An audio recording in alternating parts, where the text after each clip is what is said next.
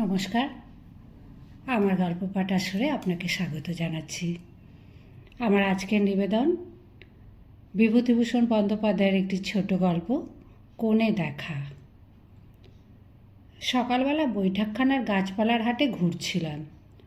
গত মাসে হাটে কতগুলি গোলাপের কলম কিনেছিলাম, তার মধ্যে বেশিরভাগ পোকা লেগে নষ্ট হয়ে গেছে।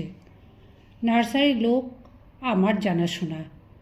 তাদের বললাম, কীরকম কলম দিয়েছিলে হে? সে যে টবে বসাতে দেরি সইল না। তাছাড়া আব্দুল কাদের বলে বিক্রি করলে এখন সবাই বলছে আব্দুল কাদের নয়, ও অত্যন্ত মামুলি জাতের টি রোজ। ব্যাপার কি তোমাদের? নার্সারির পুরনো লোকটাই আজ আছে, সেদিন এ ছিল না, তাই ঠকেছিলাম।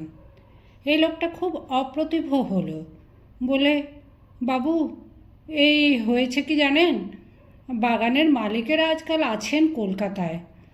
আমি একা সব দিক দেখতে পারি নে। ঠিকই উড়ে মালি নিয়ে হয়েছে কাজ। তাদের বিশ্বাস করলে চলে না, আবার না করলেও চলে না। আমি তো সব দিন হাট সামলাতে পারি নে বাবু, ওদেরই ধরে পাঠাতে হয়। আমি বুনেছিলাম টি রোজ 3 ডজন। আমি তো তার কাছ থেকে টি রোজেরই দাম নেব। এখানে এসে যদি আব্দুল কাদের বলে বিক্রি করে তো তারই লাভ, বাড়তি পয়সা আমার নয়, তার। বুঝলেন না বাবু? বাজার খুব জেঁকেছে। বর্ষার নওয়ালির মুখ, নানা ধরনের গাছের আমদানি হয়েছে।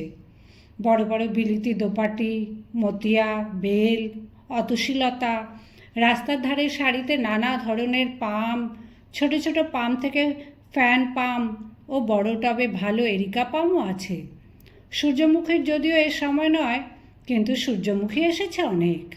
তাছাড়া কলকাতা রাস্তায় অনভিজ্ঞ লোকদের কাছে অর্কিড বলে যা বিক্রি হয়, সেই নারকেলের ছোবড়া ও তার বাঁধা ফার্ন ও রঙিন আগাছা যথেষ্ট বিক্রি হচ্ছে। লোকের ভিড়ও বেশ। হঠাৎ দেখি আমার অনেক দিন আগেকার পুরনো রুমমেট হিমাংশু, 7-এর 3 নম্বর কানাই সরকারের লেনে মেসে তার সঙ্গে অনেক দিন এক ঘরে কাটিয়েছি। সে আজ 7-8 বছর আগেকার কথা। তারপর সে কলকাতা ছেড়ে চলে যায়, আর তার কোনো খবর রাখিনি আজকাল। এই যে হিমাংশু, চিনতে পারো?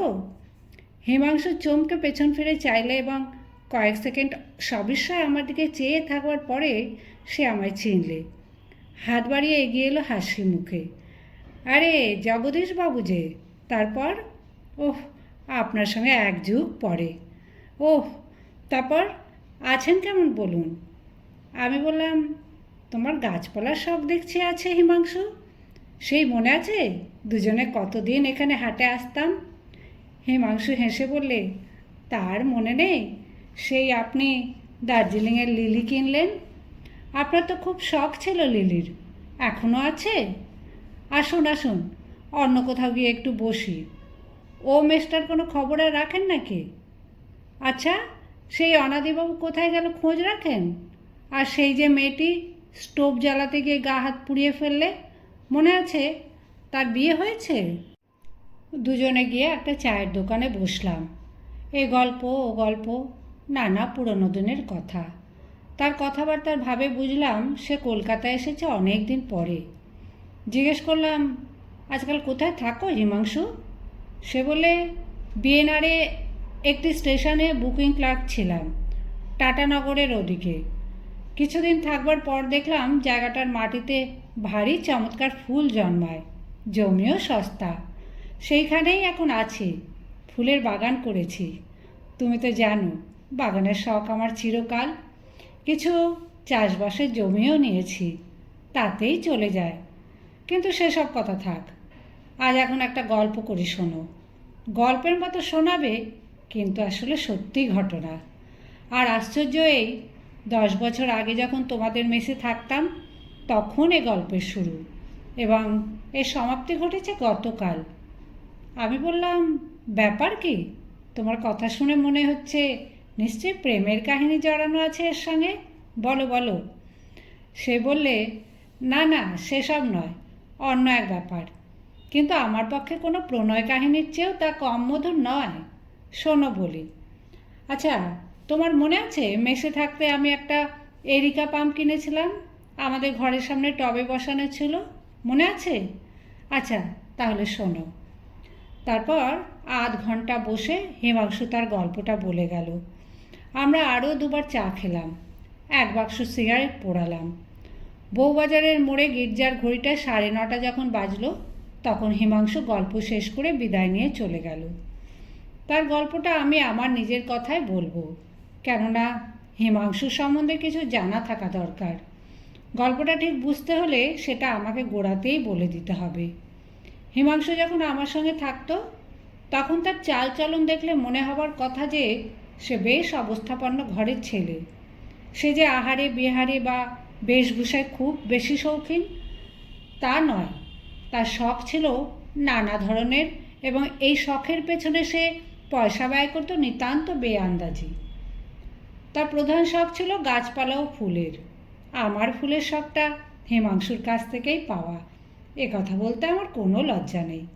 কারণ যত তুচ্ছ, যত অকিঞ্চিতকর জিনিসই হোক না কেন, যেখানে সত্যিই কোনো আগ্রহ বা ভালোবাসার সন্ধান পাওয়া যায়, তাকে শ্রদ্ধা না করে পারা যায় না। হিমাংশুর গাছপালার উপর ভালোবাসা ছিল সত্যিকার জিনিস। সে ভালো খেত না, ভালো জামা কাপড় কখনো দেখিনি তার গায়ে, কিন্তু ও ধরনের সুখ স্বাচ্ছন্দ্য তার কাম্যও ছিল না। তার পয়সার সচ্ছলতা ছিল না কখনো। টিউশনে করে দিন চালাতো, তাও আবার সবসময় জুটত না। তখন বন্ধুবান্ধবদের কাছে ধার করত। যখন ধারও মিলত না, তখন দিনকতক চন্দননগরের এক মাসির বাড়ি গিয়ে মাসখানেক, মাস 2 কাটিয়ে আসতো। কিন্তু পয়সা হাতে হলে কাপড় জামা না কিনুক, খাওয়া দাওয়ায় ব্যয় করুক না করুক, ভালো গাছপালা দেখলে কিনবেই। মেসে আমাদের ঘরের সামনে ছোট একটা অপরিসর বারান্দাতে সে তার গাছপালার টবগুলো রাখত। গোলাপের উপর তার তত ঝোঁক ছিল না।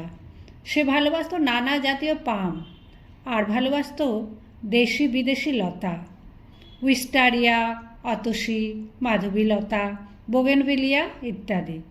কত পয়সাই যে এদের পেছনে খরচ করেছে। সকালে উঠে ওর কাজই ছিল গাছের পাট করতে বসা।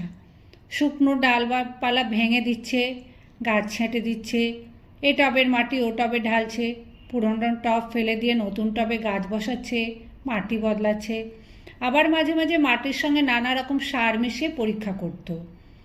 এসব সম্বন্ধে ইংরেজি বাংলা নানা বই কিনত। একবার কি একটা উপায়ে ও একই লতায় নীলকলমি ও সাদা কলমি ফোটালে ভায়োলেটের ছিট ছিট দেওয়া অতসী অনেক কষ্টে তৈরি করেছিল। বেগুনি রঙের ক্রাইসেন্থিয়ামের জন্য অনেক পরিশ্রম ও অর্থ ব্যয় করেছিল, সুবিধে হয়নি। তাছাড়া ও ধরনের মানুষ আমি খুব বেশি দেখিনি যে একটা খেয়াল বা শখের পেছনে সমস্ত মন প্রাণ ঢেলে দিতে পারে। মানুষের মনের শক্তির সে একটা বড় পরিচয়। হিমাংশু বলতো, সেদিন একটা পাড়া গাঁয়ে একজনদের বাড়ি গিয়েছি, বুঝলেন, তাদের গোলার কাছে 3 বছরের পুরনো নারকেল গাছ হয়ে আছে। সে যে কী সুন্দর দেখাচ্ছে, একটা প্রকাণ্ড তাজা সতেজ সবুজ পাম। সমুদ্রের ধারে নাকি নারকেলের বন আছে। পামের সৌন্দর্য দেখতে হলে সেখানে যেতে হয়। হিমাংশু প্রায় পাম আর অর্কিড দেখতে শিবপুর বোটানিক্যাল গার্ডেনে যেত, আর এসে তাদের উচ্ছ্বসিত বর্ণনা করত। একবার সে একটা এরিকা পাম কিনে আনলে, খুব ছোট নয়, মাঝারি গোছের মাটির টবে বসানো, কিন্তু এমন সুন্দর, এমন সতেজ গাছ বাজারে সাধারণত দেখা যায় না। সে সন্ধান করে করে দমদমায় কোন বাগানের মালিককে ঘুষ দিয়ে সেখান থেকে কেনে। কলকাতার মেসের বারান্দায় গাছ বাঁচিয়ে রাখা যে কত শক্ত কাজ, যাদের অভিজ্ঞতা আছে তারা সহজেই বুঝতে পারবেন। গভীর মরুভূমিতে গাছ বাঁচিয়ে রাখা এর চেয়ে সহজ। একবার সে আর আমি দিন 20-22 জন্য কলকাতার বাইরে যাই। চাকরকে আগাম পয়সা পর্যন্ত হিমাংশু দিয়ে গেল গাছে জল দেবার জন্য। ফিরে এসে দেখা গেল 6-7টা ফ্যান পাম্প শুকিয়ে পাখা হয়ে গেছে। সকালে বিকালে হিমাংশু বালতি বালতি জল টানত একতলা থেকে তেতলার টবে দেওয়ার জন্য। গাছ বাড়ছে না কেন, এর কারণ অনুসন্ধান করতে তার উদ্বেগের অন্ত থাকতো না। অন্য সব গাছের চেয়ে কিন্তু ওই এরিকা পাম গাছটার ওপরই তার মায়া ছিল বেশি। তার খাতা ছিল, তাতে লেখা থাকতো কোন কোন মাসে কত তারিখে গাছটা নতুন ডাল ছাড়লে। গাছটাও হয়ে পড়লো প্রকাণ্ড। মাটির টব বদলে তাকে পিঁপে কাটা কাঠের টবে বসাতে হলো। মেসের বারান্দা থেকে নামিয়ে একতলার উঠোনে বসাতে হলো। এসবে লাগলো বছর 5-6। সেবার বাড়িওয়ালার সঙ্গে বনিবনাও না হতে আমাদের মেস ভেঙে গেল। দুজনে আর একত্র থাকবার সুবিধা হলো না। আমি চলে গেলাম ভবানীপুর, হিমাংশু গিয়ে উঠল শ্যামবাজারে আর একটা মেসে। একদিন আমায় এসে বিমর্ষ মুখে বললে, কি করি জগদীশবাবু, ও মেসে আমার টবগুলো রাখবার জায়গা হচ্ছে না। অন্যান্য টবে না হয় কিনারা করতে পারি, কিন্তু সেই এরিকা পামটা সেখানে রাখা একেবারে অসম্ভব। একটা পরামর্শ দিতে পারেন? অনেকগুলো মেস দেখলাম, অত বড় গাছ রাখবার সুবিধে কোথাও হয় না, আর টানাটানির খরচাও বড় বেশি। আমি তাকে কোনো পরামর্শ দিতে পারিনি, বা তারপর থেকে আমার সঙ্গে আজকার দিনটি ছাড়া আর কোনো দিন দেখাও হয়নি। বাকিটা হিমাংশুর মুখে আজই শুনেছি। কোনো উপায় না দেখে হিমাংশু শেষে কোন বন্ধুর পরামর্শে ধর্মতলার এক নিলামওয়ালার কাছে এরিকা পামের টবটা রেখে দেয়। রোজ একবার করে গিয়ে দেখে আসতো খদ্দের পাওয়া গেল কি না। শুধু যে খদ্দেরের সন্ধানে যেত তা নয়, ওটা তার একটা অজুহাত মাত্র। আসলে যেত গাছটা দেখতে। হিমাংশু কিন্তু নিজের কাছে সেটা স্বীকার করতে চাইতো না। দুদিন পরে যা পরের হয়ে যাবে তার জন্য মায়া কিসের। তবুও একদিন যখন গিয়ে দেখলে গাছটা সে নধর সতেজ স্ত্রী যেন ম্লান হয়ে এসেছে। নিলামওয়ালারা গাছে জল দেয়নি, তেমন যত্ন করেনি। সে লজ্জিত মুখে দোকানের মালিক একজন ফিরিঙ্গি ছোকরাকে বললে, গাছটা তেমন তেজ নেই, এই গরমে জল না পেলে, দেখতে ভালো না দেখালে বিক্রি হবে কেন? জল কোথায় আছে? আমি নিজে না হয়, কারণ 2 পয়সা আসে, আমারই তো আসবে। তারপর থেকে যেন পয়সার জন্যেই করছে এই অছিলায় রোজ বিকেলে নিলামওয়ালার দোকানে গিয়ে গাছে জল দিত। একদিন দেখত দোকানের চাকরেরা আগে থেকেই জল দিয়েছে। রোজ নিলামের ডাকের সময় সে সেখানে উপস্থিত থাকত। তার গাছটার দিকে কেউ চেয়েও দেখে না। লোকে চেয়ার, টেবিল, সোফা, আলমারি কিনছে, ভাঙা পুরনো ক্লক ঘড়ি পর্যন্ত বিক্রি হয়ে গেল, কিন্তু গাছের শখ খুব বেশি লোকের নেই। গাছটার বিক্রিই হয় না। একদিন নিলামওয়ালা বললে, বাবু, গাছটা তো সুবিধা হচ্ছে না, তুমি নিয়ে যাবে ফেরত? কিন্তু ফেরত নিয়ে গিয়ে তার রাখবার জায়গা নেই, থাকলে এখানে সে বিক্রির জন্য দিয়েই বা যাবে কেন? সে সময় তার অত্যন্ত খারাপ যাচ্ছে। চাকুরির চেষ্টায় আকাশ পাতাল হাতড়ে কোথাও কিচ্ছু মিলছে না। নিজে থাকবার জায়গা নেই তো পিঁপে কাটা কাঠের টবে বসানো অত বড় গাছ রাখে কোথায়? মাসখানেক পরে হিমাংশুর অবস্থা এমন হলো যে আর কলকাতায় থাকাই চলে না। কলকাতার বাইরে যাবার আগে গাছটার একটা কিনারা হয়ে গেলেও মনে শান্তি পেত। কিন্তু আজও যা, কালও তাই। নিলামওয়ালাকে কমিশনের রেট আরও বাড়িয়ে দিতে হয়েছে গাছটা রাখবার জন্যে, নইলে সে দোকানে রাখতে চায় না। কিন্তু হিমাংশুর দুর্ভাবনা এই যে ও কলকাতা ছেড়ে চলে গেলে গাছটার আর যত্ন হবে না। নিলামওয়ালার দায় পড়েছে, কোথাকার একটা এরিকা পাম গাছ বাঁচল কি মলো, অত তদারক করবার তার গরজ নেই। কিন্তু শেষে বাধ্য হয়ে কলকাতা ছাড়তে হলো হিমাংশুকে। অনেক দিন পরে সে আবার এলো কলকাতায়। নিলামওয়ালার দোকানে বিকেলে গেল গাছ দেখতে। গাছটা নেই, বিক্রি হয়ে গিয়েছে 7.5 টাকায়। কমিশন বাদ দিয়ে হিমাংশুর বিশেষ কিছু রইল না, কিন্তু টাকার জন্য ওর তত দুঃখ নেই। এতদিন পরে সত্যি সত্যি গাছটা পরের হয়ে গেল। তার প্রবল আগ্রহ হলো গাছটা সে দেখে আসে। নিলামওয়ালা সাহেব প্রথমে ঠিকানা দিতে রাজি নয়, নানা আপত্তি তুললে। বহু কষ্টে তাকে বুঝিয়ে ঠিকানা জোগাড় করলে। সার্কুলার রোডের এক সাহেবের বাড়িতে গাছটা বিক্রি হয়েছে। হিমাংশু পরদিন সকালে সেখানে গেল। সার্কুলার রোডের ধারের বাড়ি, ছোট গেটওয়ালা কম্পাউন্ড, উঠোনের একধারে একটা বাতাবি লেবু গাছ, গেটের কাছে একটা চারা পাকুড় গাছ। সাহেবের গাছপালার শখ আছে, পাম অনেক রকম রেখেছে, তার মধ্যে ওর পামটাই সকলের বড়। হিমাংশু বলে সে 1000টা পামের মধ্যে নিজেরটা চিনে নিতে পারে। কম্পাউন্ডে ঢুকবার দরকার হলো না, রাস্তার ফুটপাথ থেকেই বেশ দেখা যায়। বারান্দায় উঠবার পৈঠার ধারেই তার পিঁপে কাটা টব শুধু পাম গাছটা বসানো রয়েছে। গাছের চেহারা ভালো, তবে তার কাছে থাকবার সময় আরও বেশি সতেজ সবুজ ছিল। হিমাংশুর মনে পড়ল এই গাছটার কবে কোন ডাল গজালো, তার খাতায় নোট করা থাকতো। ও বলতে পারে প্রত্যেকটি ডালের জন্ম কাহিনী। একদিন তাই ওর মনে ভারী কষ্ট হলো। সেদিন দেখলে সাহেবের মালি নিচের দিকে ডালগুলো সব কেটে দিয়েছে। মালিকে ডাকিয়ে বললে, ডালগুলো ওরকম কেটেছ কেন? মালিটা ভালো মানুষ, বললে, আমি কাটিনি বাবু, সাহেব বলে দিল নিচের ডাল না কাটলে ওপরে কচি ডাল জোর পাবে না। বললে টবের গাছ না হলে ও ডালগুলো আপনা থেকেই ঝরে পড়ে যেত।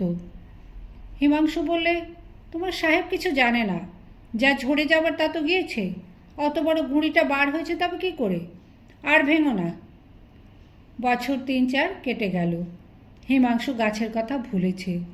সে গালুড়ি না ঘাটশিলায় ওদিকে কোথায় জমি নিয়ে বসবাস করে ফেলেছে ইতিমধ্যে। গাছপালার মধ্যে দিয়েই ভগবান তার উপজীবিকার উপায় করে দিলেন। এখানে হিমাংশু ফুলের চাষ আরম্ভ করে দিলে সুবর্ণরেখার তীরে। মাটির দেওয়াল তুলে খড়ের বাংলো বাঁধলে। একদিকে দূরে অনুচ্চ পাহাড়, নিকটে দূরে শালবন, কাঁকড় মাটির লাল রাস্তা, অপূর্ব সূর্যোদয় ও সূর্যাস্ত। ফুলের চাষে সে উন্নতি করে ফেললে খুব শিগগির। ফুলের চেয়েও বেশি উন্নতি করেছে চীনা ঘাস ও ল্যাভেন্ডার ঘাসের চাষে। এই জীবনই তার চিরদিনের কাম্য ছিল। ও জায়গা ছেড়ে শহরে আসতে ইচ্ছেও হতো না। বছর 2 কাটলো আরও। ইতিমধ্যেই সে বিবাহ করেছে, সস্ত্রীক ওখানেই থাকে।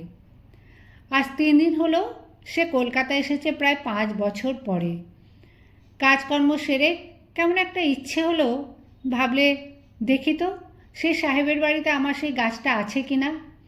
বাড়িটা চিনে নিতে কষ্ট হলো না, কিন্তু অবাক হয়ে গেল, বাড়ির সে স্ত্রী আর নেই। বাড়িটাতে বোধহয় মানুষ বাস করেনি বছর 2 কি তার বেশি। উঠোনে বন হয়ে গিয়েছে, পৈঠাগুলো ভাঙা, বাতাবি নেবু গাছে মাকড়সার জাল, বারান্দার রেলিংগুলো খসে পড়েছে। তার সেই এরিকা পামটা আছে, কিন্তু কি চেহারাই হয়েছে। আরও বড় হয়েছে বটে, কিন্তু সে তেজ নেই, শ্রী নেই। নিচের ডালগুলো শুকিয়ে পাখা হয়ে আছে, ধুলো আর মাকড়সার জালে ভর্তি। যায় যায় অবস্থা। টবও বদলানো হয়নি আর। হিমাংশু বললে, ভাই সত্যি সত্যি তোমায় বলছি, গাছটা যেন আমায় চিনতে পারলে। আমার মনে হলো ও যেন বলছে, আমায় এখান থেকে নিয়ে যাও, আমি তোমার কাছে গেলে হয়তো এখনও বাঁচব, ছেড়ে যেও না এবার, আমায় বাঁচাও। রাত্রে হিমাংশুর ভালো ঘুম হলো না। আবার সার্কুলার রোডে গেল। সন্ধ্যা নিয়ে জানলে সাহেব মারা গিয়েছে। বুড়ি মেম আছে ইলিয়েট রোডে, পয়সার অভাবে বাড়ি সারাতে পারে না, তাই ভাড়াও হচ্ছে না। এই বাজারে ভাঙা বাড়ি কেনার খদ্দেরও নেই। মেমকে টাকা দিয়ে গাছটাও কিনে নিলে। এখনও সার্কুলার রোডের বাড়িটাতেই আছে। কালও গালুডিতে ফিরে যাবে, গাছটাকে নিয়ে যাচ্ছে সঙ্গে করে। বিদায় নেবার সময় হিমাংশু বললে, বৈঠকখানা বাজারে এসেছিলাম কেন জানো? আমার স্বাদ হয়েছে ওর বিয়ে দেব, তাই একটা ছোটোখাটো অল্প বয়সের দেখতে ভালো পাম খুঁজছিলাম। পাগল নয়, পাগল নয়, ভালোবাসার জিনিস হতো তো বুঝতে।